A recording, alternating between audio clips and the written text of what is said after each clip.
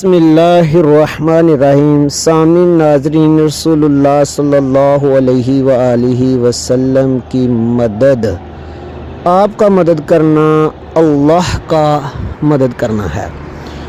آپ قرآن پاک اور حدیث میں دیکھو کہ بے شمار جگہ پہ رسول اللہ صلی اللہ علیہ وآلہ وسلم نے کوئی کام کیا تو اللہ نے فرمایا یہ میں نے کیا۔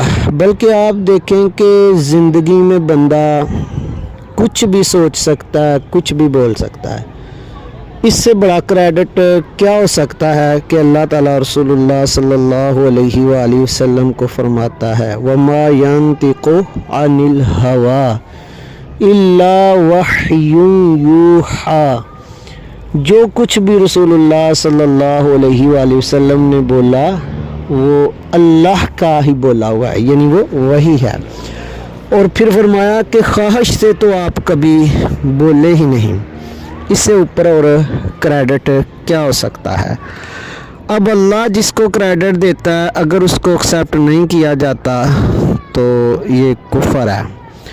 رسول اللہ صلی اللہ علیہ وآلہ وسلم نے اس جہاں میں تو درکنار اگلے جہاں میں کہ جہاں سارے طاقتور اکٹھے ہو جائیں، ابھی سارے علم والے اکٹھے ہو کے بیٹھ جائیں، سارے تھنک ٹینک بیٹھ جائیں، ریسرچر بیٹھ جائیں اور اگلے جہان کے متعلق کوئی بات کہیں کہ ایسا ہوگا، ہو نہیں سکتا۔ جب بھی وہ بولیں گے وہی بولیں گے جو رسول اللہ صلی اللہ علیہ وآلہ وسلم نے بتلا دیا۔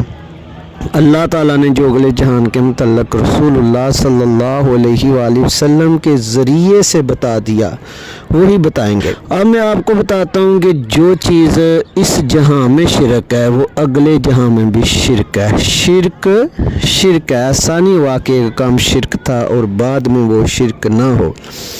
ہاں یہ ملتا ہے کہ رسول اللہ صلی اللہ علیہ وآلہ وسلم سے پہلے یعنی کہ اللہ کے ہاں یا جو بھی اسلام تھا، جس بھی نبی کے فالور تھے ان کے یہ تھا کہ وہ سجدہ تعظیمی کرتے تھے، جائز تھا۔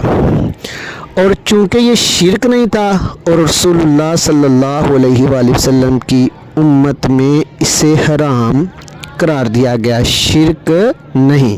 یہی وجہ ہے کہ رسول اللہ صلی اللہ علیہ وآلہ وسلم نے فرمایا صرف یہ صحابہ کے لیے نہیں ہے، قیامت تک کے لیے ہے۔ آپ دیکھیں نا، آپ صلی اللہ علیہ وسلم شہداء کی قبروں پہ گئے، یہ حدیث آپ دیکھیں، سارا کچھ اسی حدیث میں مل رہا ہے۔ شہداء کی قبروں پہ آپ صلی اللہ علیہ وسلم گئے ہیں، نماز پڑھی ہے، دعا کی ہے، کچھ حدیث میں ملتا ہے دعا بھی کی، اور اس کے بعد ہونا تو یہ چاہیے تھا کہ جیسے آج قبروں کے شرک کا روگ لاپا جا رہا ہے، مزاروں کے شرک کا روگ لاپا جا رہا ہے، آپ وسلم قبروں سے ہو کے آئے ہیں اور آپ آ کے کہتے کہ ایک وقت آئے گا کہ لوگ قبروں پہ شرک کریں گے۔ نہیں، آپ قبروں پہ گئے اور قسم کھا کے کہا خدا کی قسم مجھے تم سے یہ خوف نہیں کہ تم شرک کرو گے۔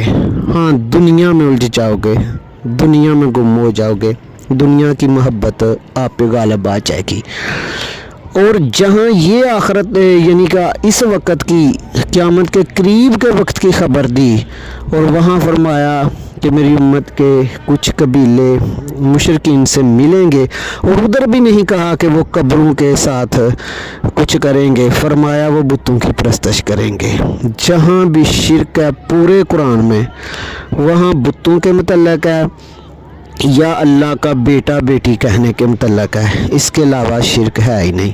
اور کتنا بڑا ظلم ہے کہ یہود و نصارہ نے جو ہمارا نصاب پڑھ کے مستشرقین نے تو ایک سازش ڈالی ہے کہ مسلمانوں کو مشرک کر دیا ہے، کچھ لوگوں کے ذہنوں میں یہ بات ڈال کے کہ مسلمان مشرک ہیں، حالانکہ پورے اسلام میں ایک مثال نہیں ملتی مسلمانوں کے مشرک ہونے کی، ایک بھی نہیں ملتی، نہ رسول اللہ صلی اللہ علیہ وسلم کے دور میں ملتی ہے، نہ صحابہ کے دور میں ملتی ہے، نہ تابعین، نہ تبع تابعین رحم اللہ اجمعین، کسی دور میں بھی نہیں ملتی۔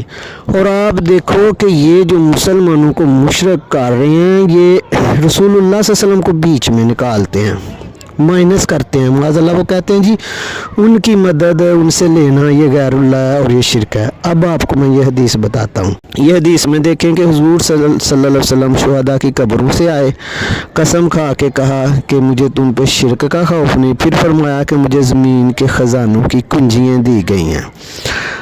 क्या दी गई हैं? कुंजियाँ। और फिर फरमाया कि मैं तुम्हारे लिए मीरे समा बनूंगा, आने वाले वक्तों में मैं पहले ही उधर मौजूद हूँगा। तो मीरे समा का मतलब है कि जो कुछ भी आपको चाहिए मैं प्रोवाइड करूँगा। अगले जहां की बात हो रही है।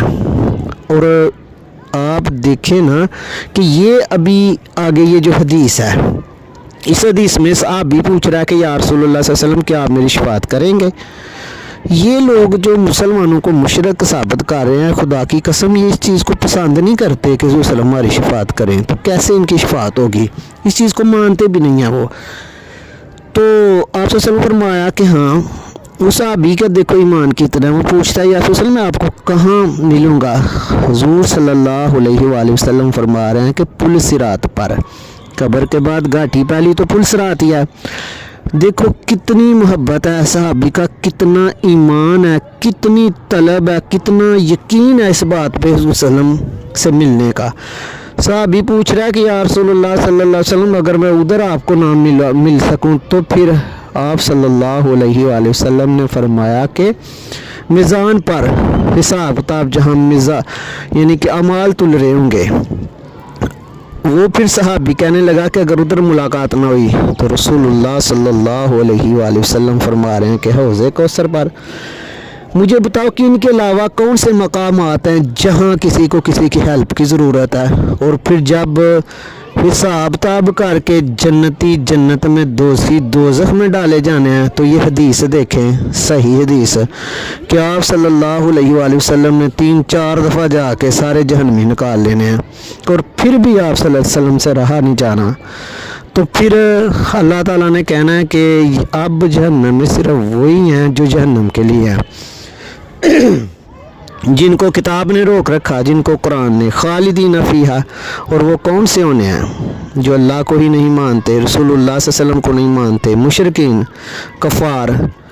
यानी कि देखे ना, ये उनके लिए तो जहन्नम में रहना बनता है। मसलन जन्नत देनी है अल्लाह ताला ने, तो रसूलुल्लाह सल्लल्लाहु अलैहि वसल्लम के सदके अब अल्लाह ने जन्नत देनी है। एक कोई छोटी चीज़ है जन्नत, इतना बड़ा गिफ्ट है। आप किसी को गिफ्ट दो बड़ा बहुत आला भी, तो वो कहे मैं आपको नहीं जानता, आपकी कोई कदर रहती है? आपके गिफ्ट की कोई रहती है? नहीं रहती। तो जन्नत तो देखो उसी के लिए बनेगी ना जो अल्लाह उसके रसूल को जानता है, मानता है, पहचानता है। तो पक्के जो काफर हैं बस वही रहेंगे। बाकी जो शफाअत है वो सिफारिश, इसका मतलब है यशफ़उ मंज़ल्लज़ी यशफ़उ इंदहु इल्ला बिइज़्निही, उधर भी है कि अल्लाह की इज़्न से। और रसूलुल्लाह सल्लल्लाहु अलैहि वसल्लम ये जो शफाअत है इसका मतलब सिफारिश है, ये जो नाअहल होंगे उन्हीं की होनी है। और मैं कहता हूँ कि जो मुसलमानों को मुशरिक साबित कर रहे हैं, खुदा की कसम वो इस चीज़ को पसंद ही नहीं करते कि हमें हुज़ूर सल्लल्लाहु अलैहि वसल्लम की मदद मिले। तो उन्हें कैसे फिर मिल सकती है? अल्लाह की पहचान का ज़रिया ही और कौन है? रसूलुल्लाह सल्लल्लाहु अलैहि वसल्लम के अलावा कोई ज़रिया नहीं। और आप देखें ना कि अल्लाह का एक सिस्टम है। अल्लाह उनको कहता है कि ये लोग माअल्लाह मेरे साथ हैं, मैं इनके साथ हूँ। वो अल्लाह के सिस्टम में अंबिया, सिद्दीकीन, शुहदा, सालिहीन है। और ये इनकी हेल्प, इनका यूज़, इनको एक्सेप्ट करना ये अल्लाह को ही है। और ये क्या करते हैं माज़अल्लाह, ये इस सिस्टम को शैतान का सिस्टम बना देते हैं। कुफ्र शिरक का जो निज़ाम था, आप देखें कि वो लोग कोई कौन थे? वो लोग तारीख़ पढ़ो, वो तो माज़अल्लाह अंबिया को कत्ल करते थे। क्या करते थे? कत्ल, लड़ते थे उनसे, अल्लाह के हुक्मों को मानते नहीं थे। तो मुसलमान बेचारे तो कोई नमाज नहीं पढ़ता तो अलहदा बात है, लेकिन वो ये मानता है कि नमाज़ पढ़नी चाहिए, नमाज फ़र्ज़ है। तो ये अल्लाह के सिस्टम को माज़अल्लाह इन्होंने शैतान का सिस्टम बना दिया और शैतान के सिस्टम के इख्तियारात मान के उनको अल्लाह का बना दिया, टोटल रिवर्स। और ये यहूदो नसारा के जाल में फंस के लोग मुसलमानों के ख़िलाफ़ लड़ रहे हैं। अल्लाह ताला सही समझ अता फरमाए। आमीन। जज़ाकल्लाह।